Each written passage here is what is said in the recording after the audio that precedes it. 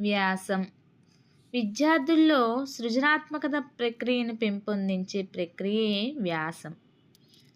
ఆంగ్ల సాహిత్య ప్రభావం వల్ల జనించిన ఆధునిక తెలుగు సాహితీ ప్రక్రియల్లో విశిష్టమైనది మరియు సూక్ష్మమైనది వ్యాసంగా చెప్పుకుంటాము.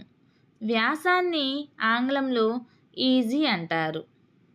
ఈజీ అనే మాటకు ప్రయత్నం, కృషి, పరిశీలన అనే వాస్తవ అర్థాలున్నాయి. ఈజీ అనే పదం ఫ్రెంచ్ భాషా పదం. వ్యాసాన్ని సంస్కృతంలో సంగ్రహం లేదా ప్రమేయం అంటారు. ప్రపంచంలో మొదటి వ్యాసకర్త మౌంట్నెగ్. ఫ్రెంచ్ దేశానికి చెందినటువంటి ప్రసిద్ధి భాషా శాస్త్రవేత్త మౌంట్నెగ్. మౌంట్నెగ్ రాసినటువంటి వ్యాసం ఫ్రెంచ్ భాషలో 1571లో వెలువడింది. తెలుగులో మొదటి వ్యాసకర్త సామినేని ముద్దు నరసింహనాయని. సామినేని వ్యాసాలు తెలుగులో హితసూచిని పేరుతో 8 ప్రమేయాలుగా ముద్రించబడ్డాయి. సామినేని వ్యాసాలను సేకరించి ముద్రించిన సామినేని కుమారుడు సామినేని రంగప్రసాద నాయని. తెలుగులో వ్యాస ప్రక్రియ 1860లో ప్రారంభమైంది. తెలుగులో వ్యాసం అనే పదం 1900 నుండి వాడబడుతుంది. 1852 నాటికి సిపి బ్రౌన్ రచించినటువంటి ఇంగ్లీషు తెలుగు నిఘంటువులో ఈజీ అనే పదానికి వ్యాసం అనే అర్థాన్ని ప్రయోగించాడు. తెలుగులో వ్యాసం అనే పదానికి విభాగం లేదా విస్తరించు అనే అర్థాలున్నాయి. వ్యాసాన్ని హిందీలో నిబంధ్, ప్రబంధ్, లలిత ప్రబంధ్ అంటారు. వ్యాసాన్ని ఒరియా, పంజాబీ, మలయాళీ భాషల్లో నిబంధ్ ప్రబంధ్ అంటారు. వ్యాసం వాటి యొక్క నిర్వచనాలు: ఏదైనా ఒక అంశాన్ని గురించి విరివిగా సమాధానాలు రాయడము అని శబ్దరత్నాకరంలో బహుపల్లి సీతారామాచార్యులు చెప్పారు. కవికి గీటురాయి గద్యం అయితే గద్యానికి గీటురాయి వ్యాసం అని వ్యాసరచన గొప్పదనాన్ని చెప్పినవాడు శ్రీరామచంద్ర శుక్ల. కవిత్వానికి లిరిక్ అంటే లయ, కవిత్వానికి లయ ఎలాంటిదో రచనకు వ్యాసం అలాంటిది అన్నవారు భాషావేత్తలు. వ్యాసమంటే విషయ విశ్లేషణ అన్నవాడు ఎలవలూరి కామేశ్వరరావు గారు.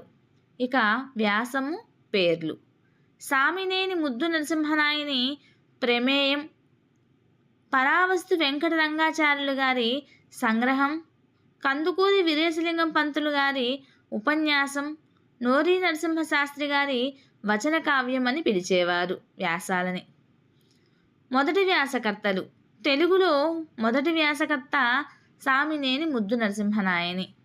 తెలుగులో రెండవ వ్యాసకర్త పరావస్తు వెంకటాచార్యులు గారు. తెలుగులో మూడవ వ్యాసకర్త జియర్ సూరి. ఇక వ్యాసాలు, వ్యాసకర్తలు: ఫ్రెంచ్ పదమైనటువంటి ఈజీ అనే పదాన్ని ఆంగ్ల భాషలోకి తీసుకెళ్ళి స్థిరపరిచిన వారు సర్ ఫ్రాన్సిస్ బేకన్. ఆంగ్లంలో ఫ్రాన్సిస్ బేకన్ రాసినటువంటి వ్యాసాలు మైసెల్ఫ్ అనే వాటిని తెలుగులో బేకన్ ఉపన్యాసములుగా పేరుతో అనువదించినవాడు కిలంబి రామానుజాచార్యులు గారు. 1875లో జియర్ సూరి శ్రీ కళాకల్లోలిని అనే వ్యాస సంపుటి రచించారు. 1875లోనే జియర్ సూరి శ్రీ విద్యామణి పేరుతో మరో 69 వ్యాసాలు రచించారు. 1901లో పిఏ ప్రణతార్తి హరిశాయన తాను రచించినటువంటి వ్యాస సంపుటికి వ్యాసమంజరి అని పేరు పెట్టాడు. ఆధునిక కాలంలో వ్యాసానికి శ్రీకారం చుట్టినవాడుగా కందుకూరి వీరేశలింగం గారిని పేర్కొంటారు. కందుకూరి రాసినటువంటి వ్యాసాలు వివేకవర్ధిని, చింతామణి పత్రికల్లో ముద్రించబడ్డాయి. గురజాడ అప్పారావు 1910లో వ్యాసచంద్రిక రచించాడు. కాశీభట్ల బ్రహ్మయ్య శాస్త్రి ఉపన్యాస పయోనిధి, కట్టమంచి రామలింగారెడ్డి పంచమి వ్యాసమంజరి, నుడి నానుడి శీర్షిక, తిరుమల రామచరిత్ర, తాపీ ధర్మారావు సాహిత్య మమ్మరాలు. శ్రీశ్రీ గారి వారం వారం శీర్షికతో పత్రికల్లో రాశారు. పానుగంటి సాక్షి వ్యాసాలు. సాక్షి వ్యాసాల్లో ప్రధాన పాత్ర అయినటువంటి జంగాల శాస్త్రి. స్పెక్టేటర్ వ్యాసాలు ఎడిసన్ దొర. టాట్లర్ వ్యాసాలు స్టీల్ దొర. వదరబోతు వ్యాసాలు పప్పూరి వరదాచార్యులు. కళాత్మక వ్యాసాలు సంజీల్ దేవ్. ఇక భాషాశాస్త్ర వ్యాసాలు తూమాటి దోణప్ప. చారిత్రక వ్యాసాలు మల్లంపల్లి సోమశేఖర్ శర్మ, చిలుకూరి వీరభద్రరావు గారు. అలానే వైజ్ఞానిక వ్యాసాలు కొమర్రాజు లక్ష్మణరావు గారు. ప్రాదేనుగు గమ్మ పేరుతో వ్యాసాలు గిడుగు రామ్మూర్తి గారు. నవలలపై వ్యాసాలు మాలతీ చందూర్ గారు. గౌతమ వ్యాసాలు నారేడియో ప్రసంగాలు పింగళి లక్ష్మీకాంతం. వీటిలో మొత్తం 27 వ్యాసాలు ఉన్నాయన్నమాట. సారస్వత వ్యాసాలు కోరాడ రామకృష్ణయ్య. లక్ష్మీరంజన వ్యాసావళి కండపల్లి లక్ష్మీరంజనం. ఇల్లాలి ముచ్చట్లు శీర్షికతో పత్రికల్లో వ్యాసాలు రాసిన వారు పురాణం సీత. మాణిక్యవీణ పేరుతో పత్రికల్లో వ్యాసాలు రాసిన వారు విద్వాన్ విశ్వం. ఆషామాషి పేరుతో పత్రికల్లో వ్యాసాలు రాసిన వాడు రావూరి సత్యనారాయణ. ముత్యాల పందిరి పేరుతో వ్యాసాలు రాసిన వాడు హితశ్రీ. వారానికి ఒకసారి కళలు సంకలనాలు పేరుతో వ్యాసాలు రాసిన వారు టిఎల్ కాంతారావు గారు.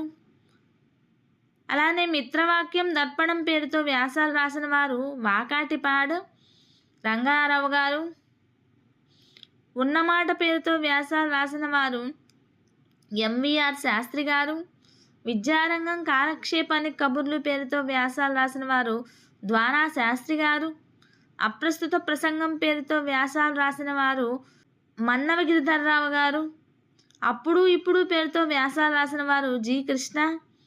నోమ్ చెమ్స్కీ భాషాశాస్త్ర సిద్ధాంతాలను అన్వయిస్తూ పరిశోధక వ్యాసాలు రచించిన వారు చేకూరి రామారావు గారు. సో టీచర్స్, మీకు కనుక ఈ వీడియో నచ్చినట్లయితే ప్లీజ్ లైక్ చేయండి, షేర్ చేయండి, సబ్స్క్రైబ్ చేయండి, అలానే సపోర్ట్ చేయండి.